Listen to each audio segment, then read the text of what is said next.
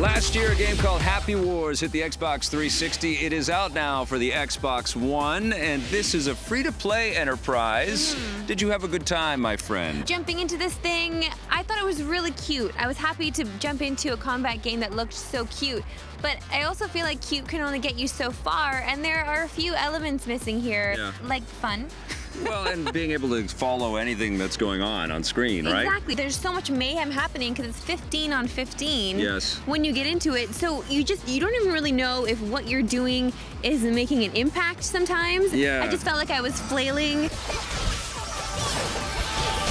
It devolves into a chaotic mess, which is, you know, the biggest problem with the game because there are a lot of great little trappings with this thing. And I do feel like for nothing, you get quite a bit of content, which is actually kind of interesting. There's lots of different types of maps.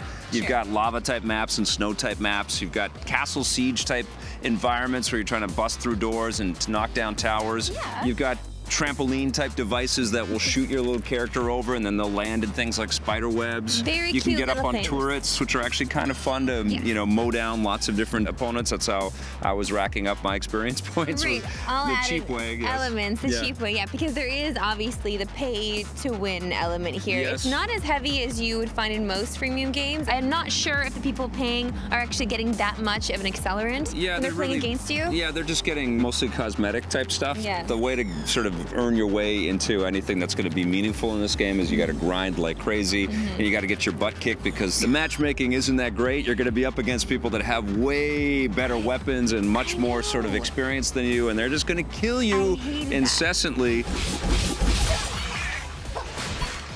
All these things add up to fun in my mind, but then jumping into the game, I just kind of felt like this is pretty tedious. And also, I got booted out of a lot of games. Just the online component, I don't know why it's not there. I feel like it should be there, especially when I'm playing on my next-gen device, but I'm not sure why. Maybe my connection's terrible, maybe that's it. It's a pretty simplistic looking game, but there's actually quite a lot of little details and lots of things that you have to kind of, you know, because they want to find different ways to monetize on all of this stuff. So there's lots of these little customizable bits and pieces. There are horses that you can collect. You can even they move so slow. They move so slow. I'm like, why aren't you going faster, horsey? Why are you going faster? There are little pieces in the environment that you can activate as well, shoot off different bombs and things like that. And I feel like it's a fairly robust set of systems in there with kind of a cutesy coat of paint and maybe not all of the sort of muscle and horsepower that it needs to kind of run as flawlessly as it could. But it actually, you know, when it is running, it actually runs pretty tightly, I think, on the Xbox One. It's just that no matter what you do with that camera, and you can zoom in and you can zoom out,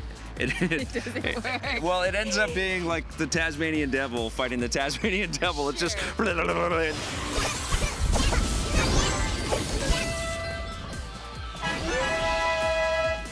What are you going to give Happy Wars? Sometimes the price is wrong, Victor Lucas. It gets a 6. Yeah, it gets a 6 for me, too.